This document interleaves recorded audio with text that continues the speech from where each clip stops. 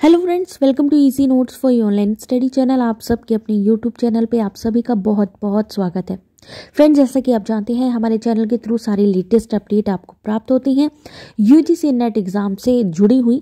तो यहाँ पर बात करने वाले हैं एग्जाम पैटर्न से रिलेटेड, एप्लीकेशन फॉर्म से रिलेटेड, एग्जाम डेट से रिलेटेड, साथ ही एलिजिबिलिटी क्राइटेरिया। यहाँ पर देखने वाली बात यह है कि यहाँ पर 70% मार्क्स मांगे जा रहे हैं एलिजिबिलिटी क्राइटेरिया के लिए।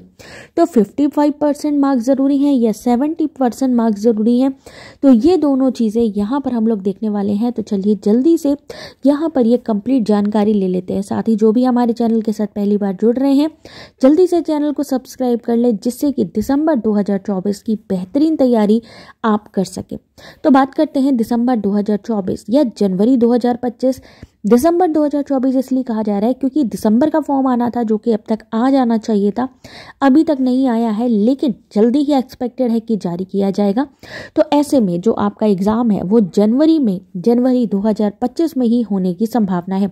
यानी यहाँ पर अब जो नेक्स्ट एग्ज़ाम होगा वो आपका जनवरी या फरवरी के फर्स्ट वीक में होगा। तो कौन सी चीज़ें हैं जो चेंजेस हो सकती हैं यहाँ पे? तो सबसे पहले मोड ऑफ एग्जामिनेशन। पहले पिछली बार आपने देखा जून का एग्ज़ाम हुआ था, OMR हुआ था, उसके बाद में CBT मोड हुआ था। तो इस बार हो सकता है हाइब्रिड मोड में किया जाए। हाइब्रिड मोड क्या है? जहाँ पे ज़रूरी हो OMR बेस्ड और जहाँ पे ज़रूरी हो वहाँ पे CBT मोड पे एग्ज़ाम कंडक्ट कराया जाएगा। उसके अलावा पैटर्न ऑफ एग्जामिनेशन सेम रहने वाला है, लेकिन यस, जनरल अवेयरनेस के क्वेश्चन ज़्यादा आने की संभावना है। आगे बात करते हैं सिलेबस की। तो अपडेटेड सिलेबस मैंने आपको पहले भी बताया था, आप लोग डाउनलोड कर सकते हैं हमारे टेलीग्राम से। उसके अलावा medium of question paper Hindi English दोनों में रहेगा। जो आपका अगर कोई लैंग्वेज का पेपर है तो वो उस लैंग्वेज में होगा, बाकी हिंदी इंग्लिश दोनों में मिलेगा।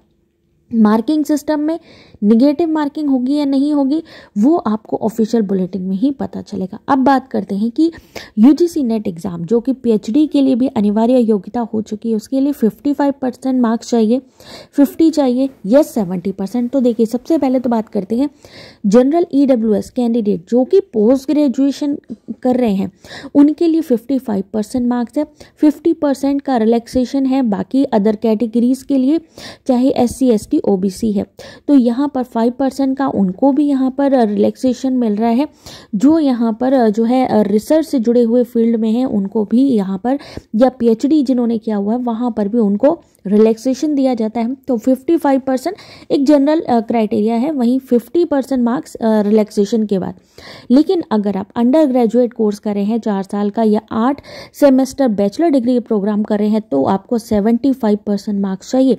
5% रिलैक्सेशन है जिसमें SC ST OBC के साथ EWS को भी शामिल किया गया। यानी अगर आप अंडर ग्रेजुएट 4 साल का प्रोग्राम कर रहे हैं या 8 सेमेस्टर का बैचलर डिग्री प्रोग्राम कर रहे हैं, यानी पोस्ट ग्रेजुएशन नहीं है, आप अंडर ग्रेजुएट प्रोग्राम कर रहे हैं, तो ही आपको 75% ज़रूरी होगा। अदर कैटेगरीज के लिए 70%। तो आप यहाँ पर एक चीज़ और ध्यान दीजिएगा कि जो भी अंडर ग्रेजुएट प्रोग्राम का एग्ज़ाम देंगे, जो लास्ट ईयर या लास्ट सेमेस्टर में है, जो भी यूजीसी नेट का एग्ज़ाम देना चाहते हैं दे सकते हैं। JRF भी मिलेगा, PhD के लिए एडमिशन भी मिलेगा, लेकिन असिस्टेंट प्रोफेसर के लिए एलिजिबल नहीं होंगे। ये चीज़ इन्होंने साफ स्पेशली मेंशन किया हुआ है, ये चीज़ इस बार भी लागू की जाएगी। उसके अलावा यहाँ पर पूरी चीज़ें देख सकते हैं, एडमिशन का जो टाइम पीरियड दिया गया है, जितनी भी रिक्वायरमेंट है उसका फुलफिल करने का टाइम 1 से 2 साल दिया गया है। उसके अलावा यहाँ पर जो भी, जैसे मान लीजिए बैचलर डिग्री प्रोग्राम कर रहे हैं, अंडर ग्रेजुएट हैं, पोस्ट ग्रेजुएशन नहीं किया है, 4 साल का अंडर ग्रेजुएट प्रोग्राम कर रहे हैं, वो वही सब्जेक्ट चूज़ करें जिसमें वो PhD करना चाहते हैं, क्योंकि उस समय उनके पास काफ़ी सब्जेक्ट्स होते हैं। तो आपको यहाँ पर बहुत ध्यान से अपने सब्जेक्ट को चूज़ करना होगा। यानी किसी भी अपने सब्जेक्ट, ऐसा नहीं है कि किसी पर्टिकुलर सब्जेक्ट, आप अपना सब्जेक्ट खुद चुनेंगे।